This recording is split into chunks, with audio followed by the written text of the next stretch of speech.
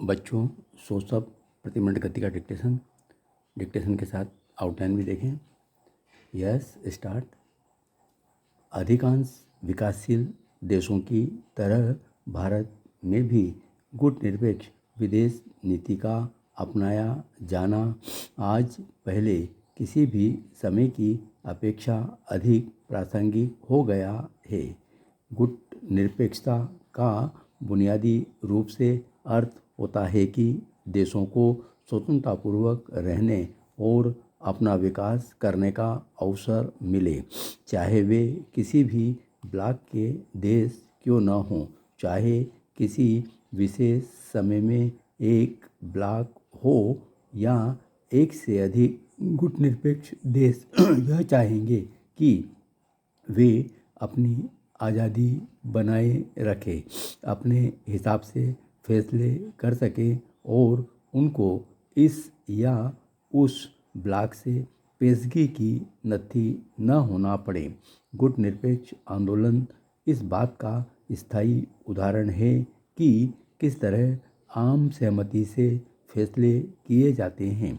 शीत युद्ध के बाद जो युक्ति और सैनिक वास्तविकताएं सामने आई हैं, उनके लिए भी इसी आम आदमी सहमति का मार्ग अपनाना पड़ेगा। आज आम सहमति से ही परिवर्तन लाना जरूरी है, अन्यथा बाद में विस्फोटक स्थिति का सामना करना पड़ सकता है। अंतर्राष्ट्रीय संबंधों में आज प्राथमिकताएं इन बातों को मिलनी चाहिए।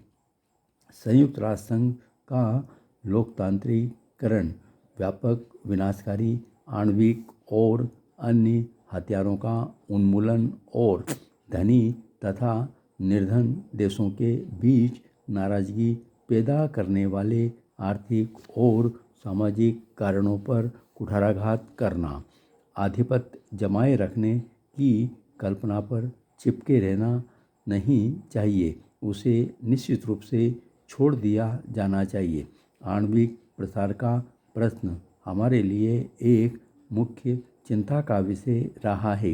अब एक ऐसा अवसर आया है जिसे हमें आशा है कि कुछ आणविक शस्त्रों वाले देशों के संकीर्ण हितों की खातिर दुनिया खोना नहीं चाहेगी।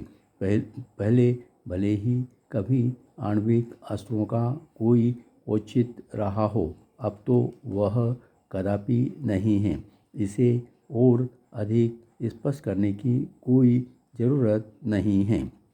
हमने हमेशा इस बात का समर्थन किया है कि विश्व आणविक शस्त्रों से मुक्त रहना चाहिए। इसके लिए ज़रूरी है कि सभी आणविक शस्त्रों वाले देश इस बात की प्रतिज्ञा करें कि वे अपने आणविक शस्त्र समाप्त कर देंगे और इसी के साथ जो देश आणविक शस्त्र बनाने की क्षमता रखते हैं, वे भी इस क्षमता का उपयोग आणविक शस्त्र न बनाने की प्रतिज्ञा करें। इन प्रतिज्ञाओं को अमल में लाने के लिए एक निश्चित समयावधि का कार्यक्रम होना चाहिए और इसकी बाकायदा जांच की जानी चाहिए। इस लक्ष्य की प्राप्ति के लिए निम्नलिखित कदम उठाए जाने चाहिए। एक सम्मेलन इस पर विचार करने के लिए बुलाया जाए कि किस तरह इन उपयोग न किए जा सकने वाले हथियारों का उपयोग न हो। सभी आणविक हथियारों के परीक्षण स्थगित किए जाएं और आम तथा पूर्ण निरस्त्रीकरण पर वार्ताएं हों।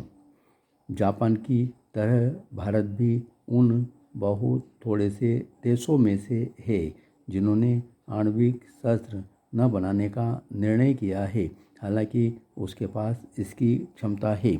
हमारे जैसे देशों को मानवता की ओर से ऐसे प्रश्नों पर एक ही स्वर में बोलना चाहिए।